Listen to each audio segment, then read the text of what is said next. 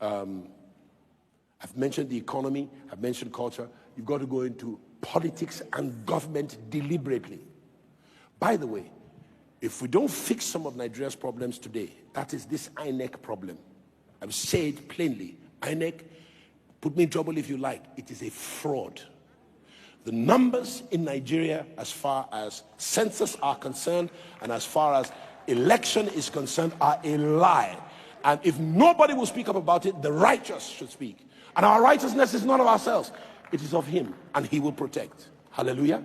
It is important. It is skewed now so that where the numbers are not properly reflected in our voting. This is the only country in West Africa where you move from the ocean to the desert and the numbers decrease, or rather, they increase.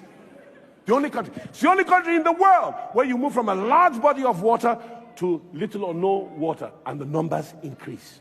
It was not Nigerians that started it. It was the parents of Nigeria who were not good parents. They were not good parents.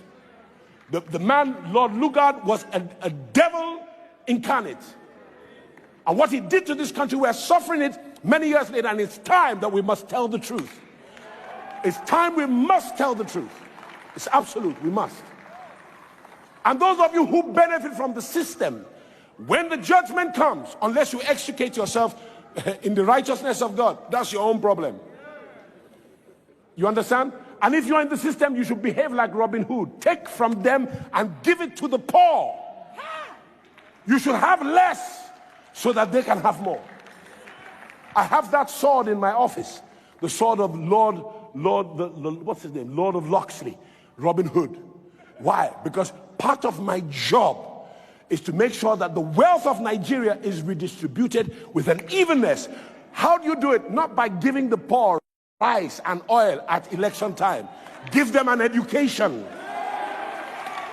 And education in today's age does not have to be formal. We have tablets. We can do research and development and create curriculum that you can put in the Nigerian mind for cheap. That's why people like the Honorable Commissioner are there to give us infrastructure for Wi-Fi so that the poor man can hear good teaching. Not just Bible teaching, but curriculum for personal development so that you can create an entrepreneurial people and an artisan class